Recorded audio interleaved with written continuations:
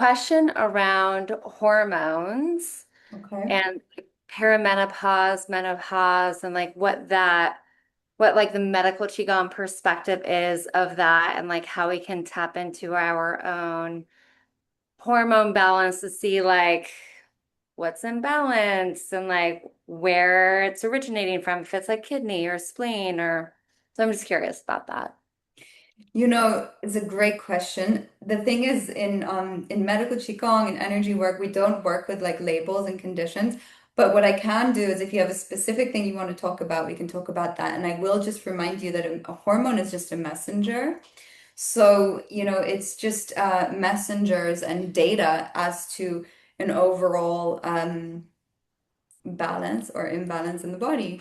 So there's no one cause, there's no, linear definition. The hormone is just the messenger of what's going on. It's never the problem itself. It's just kind of like the mailman. Sometimes the mailman gets tired because it has too many mail things to drop off. And that's kind of when hormones will wane so anyway, it's the messenger. We never want to shoot the messenger or think the messenger is the problem. Um, and I'm wondering if this is for you or a specific case. And the more specific you get, the more I can help you. Um, Yeah, it's for me, but also like what I'm coming into because I turned 42 this year and I'm just wondering this month actually. oh, And I'm happy just wondering, birthday. thanks. It's in a week. But I'm just wondering like how to start like knowing as a and again like as the shift as that like many stages of our lives we go through these shifts Yeah. like as women like how that is addressed because you have all the things with like HRT and like all the like noise around all of that and I think it's such a beautiful process but I'm just wondering in the transition and when to even know if what I'm experiencing is like that or if it's just imbalance like current imbalances. Does that make sense? Yeah. I think it's very normal around the birthday that everyone just thinks everything is age related. It's just normal. That's where your consciousness is. It's around time, around your birthday, right? We'd always think like, oh, it's got to be this, right? So that's normal. But you're right. That hormones have a lot to do with our cycles. And as women, our biological cycle of hormones and development run in patterns of seven, cycles of seven, and 42, I believe, is a factor of seven. Yeah. So it's really amazing because you're now actually entering the next phase of your hormonal cycle. And these patterns of development, they never have to be about decline or degeneration, but they will come with changes. And what I really want you to know, as someone who's so cultivated, there's so much you can find online about hormones and all of that. So I won't get into that stuff. But I will say that a lot of, at least the way that the ancient teachings describe it, a lot of the real changes we go through hormonally as women, they pertain to the blood because that's our main kind of thing as women, yin and blood, and we lose it for a lot of years and then we stop losing it.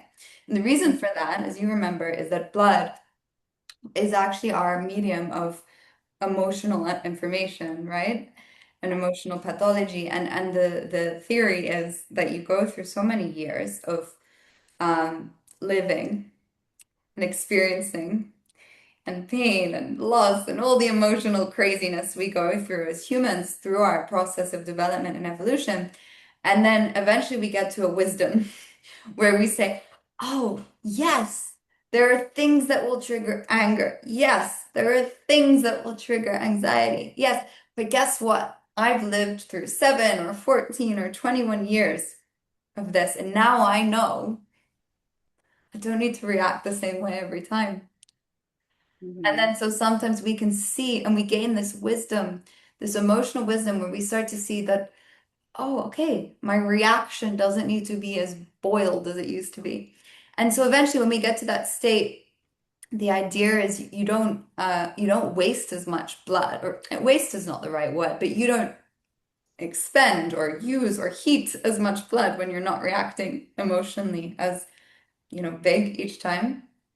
And because of that, you get to a place where you no longer need to be shedding the blood because you're able to now just use that wisdom, that blood for nourishment. And so actually in Chinese medicine, things like menopause are considered the second spring because it's like a rebirth where you no longer need to sacrifice your life force and your resources for your emotional reactions because you've reached a state in your life where you've had the opportunity to cultivate enough stability in your mind and in your emotions to then be able to live fully without having to go through that whole cycle and that whole reaction. So that's really, the primary wisdom that guides these cycles.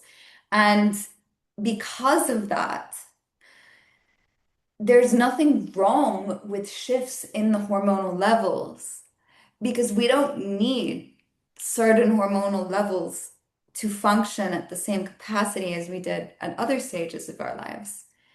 And that's never a failing of the body if that change happens. It's just the body saying, we just don't need this right now. And the same way a lot of people tend to like shed a few pounds in the summer. The body's like, just don't need this right now. It's pretty hot outside. So you just want to always honor like the changes you're going through as right on time. Mhm. And of course the natural thing is anytime time comes in the mix, like we have a part of us that is not just logical and that also connects to timelessness and to the spirit, and we get into these existential questions where we start to wonder if time is running out and pressure will build and should we be doing more and should we be doing things differently, and then we get these ideas and all these concepts. And what I want you to know is that the most empowering part of growth and development as it pertains to our hormonal cycles is to be free of concepts. Mhm. It's to find the wisdom of your maturation that is free to be in this moment without concept, without judgment, without right and wrong, without insistence that things should be other than they are. And when you do that, wow, when you cultivate that, biologically, your yin, your blood, not only can it build and nourish you, but it can actually be mobilized to its full expression. Mhm. A lot of people, everyone's different, but a lot of people really step into who they are around, 42, maybe 49, closer, Mhm. sometimes even closer to 60 when people go through their second Saturn return. Sometimes that's just the beginning of someone's true self, starts around then. And yet, in our minds, we're like, oh, I'm no longer in my 20s or my 30s or my 40s. So these are concepts, these are human concepts. And the Mhm. decline of all biology is never a result of time. The decline is a result of accumulation. So every moment, every cycle, and especially these very momentous ones, they have this opportunity. They're like these openings, these portals, if you will, to then saying, what can I let go of?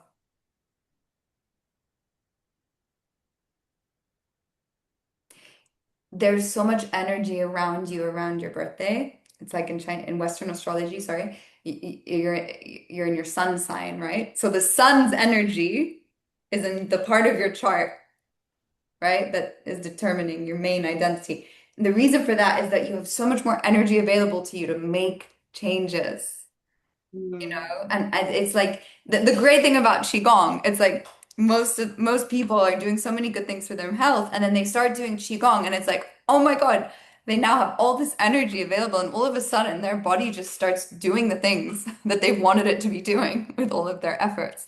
So around your birthday, around a new cycle, it's like all of your nature is conspiring with Qi and saying, now's the time.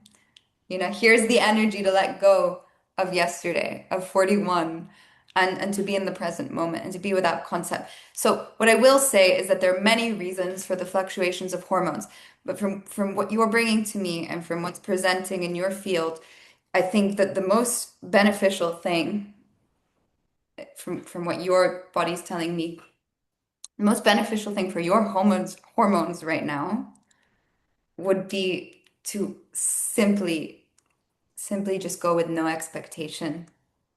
Mhm. Just start this next year, this next cycle with no expectation. All these ideas, all these concepts. Oh, now this estrogen and da, da, da. If you can practice that and focus on your priority. Wow, I have a new year to recreate myself. 7 years. I have no cells in my body that were there 7 years ago. I'm now in like a new, fantastic, everything's new. What's your priority now? What's your priority? There was a time in your life where your priority was your babies and all your life force and your blood and your yin went there. Okay, so now you're at 42, starting a new cycle, has many different meanings to you. What's your Mhm. priority? So focus on your priority and go with no expectations, no disappointments.